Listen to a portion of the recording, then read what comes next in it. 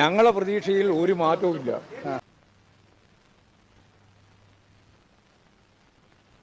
താത്വികമായ ഒരു അവലോകനമാണ് ഞാൻ ഉദ്ദേശിക്കുന്നത്. കടക്കു പുറത്ത് അധികാരത്തിന്റെ ലാത്തി കാണിച്ചെന്നെ ഭീഷണിപ്പെടുത്താമെന്ന് വിചാരിക്കണ്ട. ക്രൂരതയുടെ ആ കാക്കിക്കുപ്പായം അഴിച്ചു വെച്ച ഒരു പച്ച മനുഷ്യനായി എന്റെ മുമ്പിലേക്ക് വരൂ. എന്നിട്ട് നമുക്ക് സംസാരിക്കാം. അല്ലേലും തന്നെ കൊണ്ട് ഞാൻ സംസാരിപ്പിക്കും. കേരള നിയമസഭാ ഇലക്ഷന്റെ റിസൾട്ട് വന്നതിന് ശേഷം പരാജയപ്പെട്ട ഇടതുപക്ഷ ജനാധിപത്യ മുന്നണി പരാജയ കാരണങ്ങൾ തിരഞ്ഞ് ഇരുട്ടിൽ തപ്പുകയാണ്. CPM പാർട്ടി സെക്രട്ടറി ഗോവിന്ദൻ മാഷിന്റെ വാക്കുകളിലൂടെ നമുക്കൊന്ന് സഞ്ചരിച്ചു നോക്കാം. അപ്രതീക്ഷിതമായ പരാജയമാണ് LDFന് ഉണ്ടായിട്ടുള്ളത്.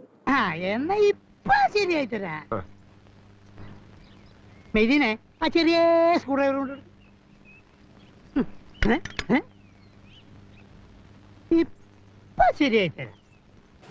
സഖാവ് പറയുന്നത് കേട്ടില്ലേ, അപ്രതീക്ഷിത പരാജയം എന്ന്. ഇത് യഥാർത്ഥത്തിൽ അപ്രതീക്ഷിത പരാജയമായിരുന്നോ? ഇത് സഖാവിനും കുറച്ച് നേതാക്കൾക്കും മാത്രമാണ് അപ്രതീക്ഷിത പരാജയമായി മാറിയത്. ഇടതുപക്ഷ ചിന്താഗതിക്കാരായ അനുഭാവികളായ ഇടതുപക്ഷ പ്രവർത്തകരും സഖാക്കളുമൊക്കെ ഇത് മുൻകൂട്ടി കണ്ടിരുന്നു എന്നുള്ളതാണ് വാസ്തവം.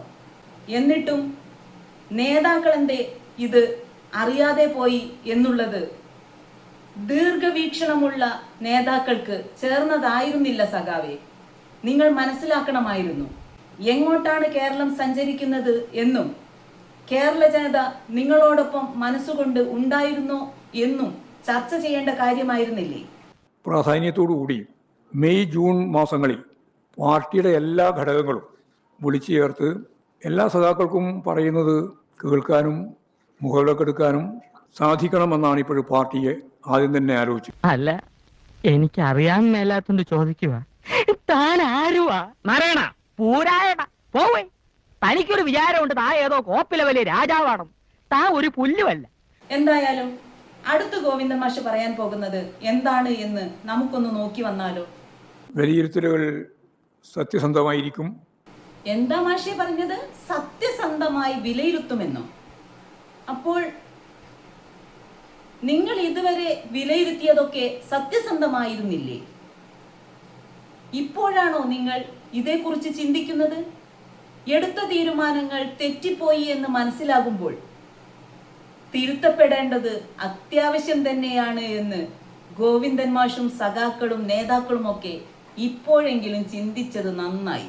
എടാ വിജയ, എന്താടാ ദാസ? എടാ നമുക്കെന്താ ഈ ബുദ്ധി നേരത്തെ തോന്നാത്തത്? ഏത് ബുദ്ധി? അല്ല, കണ്ടവന്റെ ഇടിയും തൊഴിയും വാങ്ങി നക്കാപ്പിച്ച ശമ്പളത്തിന് ജോലി ചെയ്യുന്നതിന് പകരം ഇതുപോലെ സ്വയം ബിസിനസ് ചെയ്യാനുള്ള ബുദ്ധി. ദാസ, ഓരോന്നിനും അതിൻ്റെതായ സമയമുണ്ട് മോനെ. നാളെ നിങ്ങൾക്കത് നിങ്ങളുടെ പ്രവർത്തനത്തിന് മുതൽക്കൂട്ടാവുക തന്നെ ചെയ്യും.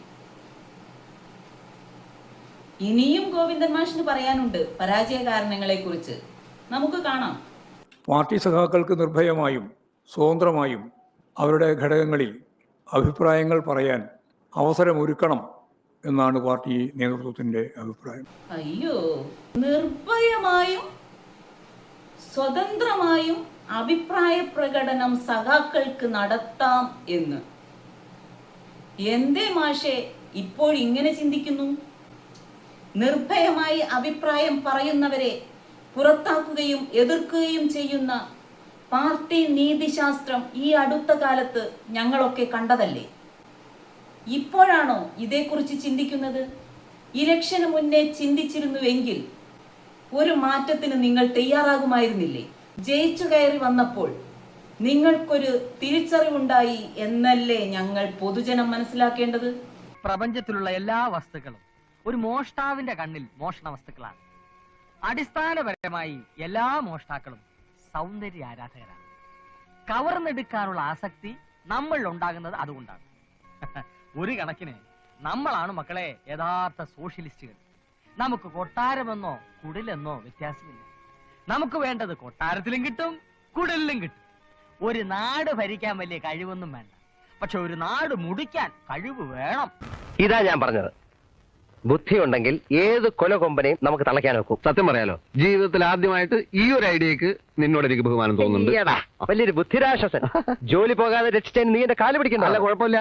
കാര്യം കാണാൻ കഴുതക്കാലം പിടിക്കണം എന്നൊരു ശാസ്ത്രമുണ്ടേ. അങ്ങനെയല്ല, കാര്യം കാണാൻ കഴുത കാലും പിടിക്കണമെന്ന്. നല്ലതിന് തന്നെയാണ് മാഷെ, മാറ്റമൊക്കെ നല്ലതിന് തന്നെ. ഇനിയുമുണ്ട് കാര്യങ്ങൾ. മാഷിന്റെ വാക്കുകളിലൂടെ നമുക്ക് അതും കേട്ടു നോക്കാം. അതെ, സംസ്ഥാന സെക്രട്ടേറിയറ്റ് ഒരു റിവ്യൂ തയ്യാറാക്കി താഴത്തേക്ക് പോവുകയല്ല. എല്ലാ കാര്യങ്ങളും കേട്ടതിന് ശേഷം, മനസ്സിലാക്കിയതിന് ശേഷം അവർക്ക് പറയാനുള്ളതെല്ലാം പറഞ്ഞ് അതുകൂടി മനസ്സിലാക്കി കൃത്യമായ ഒരു റിവ്യൂ ഇവരുടെ എല്ലാം ചർച്ചയ്ക്ക് ശേഷം തയ്യാറാക്കണം എന്നാണ് പാർട്ടി സംസ്ഥാന കമ്മിറ്റി കണ്ടിട്ടുള്ളത്. സഖാക്കളുടെ അഭിപ്രായങ്ങൾ മുഖവിലക്കെടുക്കും. മനസ്സിലായി മാഷെ. തളിപ്പറമ്പിൽ PK ശ്യാമള എങ്ങനെ പരാജയപ്പെട്ടു എന്നുള്ളതിന്റെ ഒരു കുറ്റസമ്മതമല്ലേ ഈ പറഞ്ഞു കേട്ടത്? തളിപ്പറമ്പിൽ ശ്യാമളയെ സ്ഥാനാർത്ഥിയായി നിർത്തരുത് എന്ന് ഇടതുപക്ഷ ജനാധിപത്യ മുന്നണി പ്രവർത്തകർ, സഖാക്കൾ ആവശ്യപ്പെട്ടിരുന്നില്ലേ? എന്തുകൊണ്ട് കേട്ടില്ല?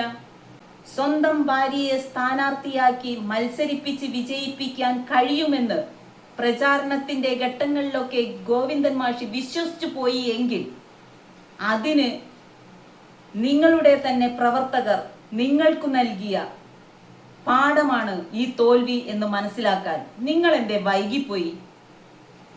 മട്ടന്നൂരിൽ നിന്ന് ശൈലജ ടീച്ചറെ പേരാവൂരിലേക്ക് മാറ്റി മത്സരിപ്പിക്കുമ്പോൾ അത് സഖാക്കൾ ആവശ്യപ്പെട്ടിട്ടായിരുന്നു. സഖാക്കളുടെ അഭിപ്രായ പ്രകടനങ്ങൾ മുഖവിലക്കെടുത്തിട്ടായിരുന്നു. എന്തായാലും ഈ പരാജയം നേതാക്കളെ കുറേയേറെ പഠിപ്പിച്ചിട്ടുണ്ട് എന്ന് ഞങ്ങൾക്ക് വ്യക്തമായി മനസ്സിലാവുന്നുണ്ട്. നിർഭയമായ അഭിപ്രായം പറയുന്നവരെ പുറത്താക്കില്ല എന്ന് സാരം. നന്ദിയുണ്ട് ഗോവിന്ദൻ മാഷെ, സഖാക്കൾ ഇനിയും നിലനിൽക്കും എന്നറിഞ്ഞതിൽ. ഇനി പറയുന്നത് കേൾക്കാം. ഇടതുപക്ഷ രാഷ്ട്രീയത്തിൻ്റെ സ്ഥാനം ജനങ്ങളുടെ ഹൃദയപക്ഷത്താണ് എന്ന കാര്യം ഞാൻ പ്രത്യേകിച്ച് പറയേണ്ടതില്ല. അസുഖം എന്താന്ന് വെച്ചാൽ 3 വാചകത്തിൽ ആർക്കെങ്കിലും പറയാൻ പറ്റുമോ? വൈദ്യരെ, വന്നു, ഇരുന്നു, വീണു. അത് ശരിയായില്ലല്ലോ. മിനിഞ്ഞാന്ന് ഇവിടെ വന്നു, ഒന്നിരുന്നു, പിന്നെ വീണു. അതും ശരിയായില്ല. നിങ്ങൾ തന്നെ പറ. ശ്വാസം വിടാനും ഉമിനീരടക്കാനും ബുദ്ധിമുട്ടായിരുന്നു. അതാ വേണ്ടത്. വൈദ്യരെ, വല്ല കഷായത്തിനോ കീഴ്പിടിക്കാനോ എഴുതി തന്നിരുന്നെങ്കിൽ. ആരാ ഒരു പുതിയ വൈദ്യകലാനിധി? ഞാനല്ല. ഞാനല്ലല്ലോ. അല്ല. അപ്പൊ ഒന്നും മിണ്ടണ്ട. എന്താ വേണ്ടതെന്ന് വെച്ചാൽ ഞാൻ ചെയ്തോളാം. ഇടതുപക്ഷം ഹൃദയപക്ഷമാണെന്ന്. ശരിയാ സഖാവേ, ഇടതുപക്ഷം ഹൃദയപക്ഷം തന്നെയാ. അതുകൊണ്ടാണല്ലോ ഇടയ്ക്കിടയ്ക്ക് ഹാർട്ട് അറ്റാക്ക് വരുന്നത്, വെന്റിലേറ്ററിലാകുന്നത്.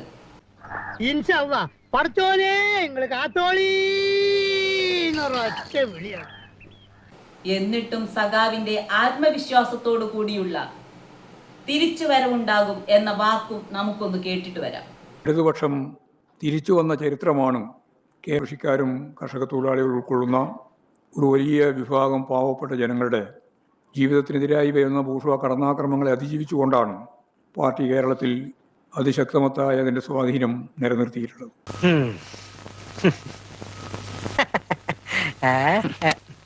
എങ്ങനെയുണ്ട്? പെടാപ്പാട് പെട്ടത് ഞാൻ, അനുമോദനം 50 ലക്ഷം അവന്മാർക്ക്. നീ ഒറ്റ ഒരുത്തന അതിനൊക്കെ കാരണക്കാരൻ. സാറിനെ രക്ഷിക്കാൻ വേണ്ടിയാ ഞാൻ അവിടെ വന്നത്. കേരളത്തിൽ ഇടതുപക്ഷം തിരിച്ചു വന്നിട്ടുള്ള ചരിത്രമാണുള്ളത് എന്ന് അവകാശപ്പെടുമ്പോൾ വന്ന വഴി മറക്കരുത് എന്ന് ഇപ്പോഴെങ്കിലും ചിന്തിച്ചത് നന്നായി സഖാവേ. ഗോവിന്ദൻ മാഷ് ഈ കാര്യം പറയുമ്പോൾ ഇടതുപക്ഷ ജനാധിപത്യ മുന്നണിയിൽ ജനാധിപത്യം തിരിച്ചു വന്നു എന്നാണ് ഞങ്ങളെപ്പോലുള്ളവർ മനസ്സിലാക്കുന്നത്. എതിർക്കുന്നവരാണ് ഈ പ്രസ്ഥാനത്തിന്റെ ശക്തി എന്ന് നിങ്ങൾ ഇപ്പോഴെങ്കിലും മനസ്സിലാക്കി. എതിർക്കുന്നവരെ ശത്രുക്കളായി കാണുന്ന മനോഭാവം മാറ്റി തിരിച്ചു വരാൻ നിങ്ങൾ ശ്രമിക്കുന്നു എന്നാണ് ഇതിനെ ഞങ്ങളൊക്കെ അർത്ഥമാക്കിയത്. തിരിച്ചു വരണം സഖാവെ, തിരിച്ചു വരണം. കേരളത്തിലെ ഒരു വിഭാഗം ജനത ഇടതുപക്ഷത്തിന്റെ തിരിച്ചുവരവ് പ്രതീക്ഷിക്കുന്നുണ്ട്, ആഗ്രഹിക്കുന്നുണ്ട്. അത് മനസ്സിലാക്കാൻ ഈ ഒരു ഇലക്ഷൻ റിസൾട്ട് വേണ്ടി വന്നു എന്നുള്ളതാണ് സങ്കടകരം. ജനപക്ഷത്തോടൊപ്പം നിൽക്കുന്ന, ജനങ്ങളുടെ പ്രശ്നങ്ങളിൽ സത്യസന്ധമായി ഇടപെടുന്ന, സത്യസന്ധമായി വിലയിരുത്തലുകൾ നടത്തുന്ന ഒരു നേതൃത്വം ജനങ്ങൾ ആഗ്രഹിക്കുന്നുണ്ട്. ഈ പരാജയം അതിനൊരു മുന്നോടിയായി മാത്രം ഞങ്ങളൊക്കെ കാണുന്നു. തിരിച്ചു വരാനുള്ള മാർഗങ്ങളിൽ എന്തെങ്കിലുമൊക്കെ തിരുത്തലുകൾ വേണ്ടി വരുമ്പോൾ അത് സത്യസന്ധമായി തിരുത്താൻ കഴിയണം. അപ്പോഴാണ് രാഷ്ട്രീയം നിലനിൽക്കുക എന്നും ജനമനസ്സിൽ നിങ്ങൾ ഇടം പിടിക്കുക എന്നും മനസ്സിലാക്കിയാൽ ഇടതുപക്ഷത്തിന് നല്ലത്. വിരൽ ചൂണ്ടുന്നവർക്കു നേരെ ആക്രോശിക്കുന്ന, സ്വതസിദ്ധമായ ശൈലിയിൽ നിന്ന് മാറ്റം വരുത്തി ധാർഷ്ട്യവും അഹങ്കാരവുമല്ല രാഷ്ട്രീയം എന്ന് മനസ്സിലാക്കി നേതൃത്വം എന്നുള്ളത് സഖാക്കൾ അംഗീകരിക്കുന്ന ഒരു കാലത്തെ ഇടതുപക്ഷത്തിൻ്റെതായ രീതിയിൽ മുന്നോട്ട് പോകൂ എന്ന് സഖാക്കളും ഇടതുപക്ഷ ജനാധിപത്യ മുന്നണിയും മനസ്സിലാക്കണം. അതിനനുസരിച്ച് പ്രവർത്തിക്കണം. വ്യക്തികളെക്കാളേറെ പാർട്ടിയിൽ നിലനിൽക്കുക ഉൾപാർട്ടി ജനാധിപത്യമാണ് എന്ന് മനസ്സിലാക്കുക. ജനാധിപത്യം നഷ്ടപ്പെടുമ്പോൾ പാർട്ടികൾ ജനമനസ്സുകളിൽ നിന്ന് അകലും എന്ന യാഥാർത്ഥ്യം ഉൾക്കൊള്ളുക. അതിനനുസരിച്ച് പ്രവർത്തിക്കാൻ നിങ്ങൾക്ക് സാധിക്കുമെങ്കിൽ നാളെ ഇടതുപക്ഷ ജനാധിപത്യ മുന്നണി എന്ന പ്രസ്ഥാനത്തിന് ജീവനുണ്ടാകും എന്ന് ഞങ്ങൾ വിശ്വസിക്കുന്നു. അതിനനുസരിച്ച് പ്രവർത്തിക്കാൻ നിങ്ങൾ സന്നദ്ധരായി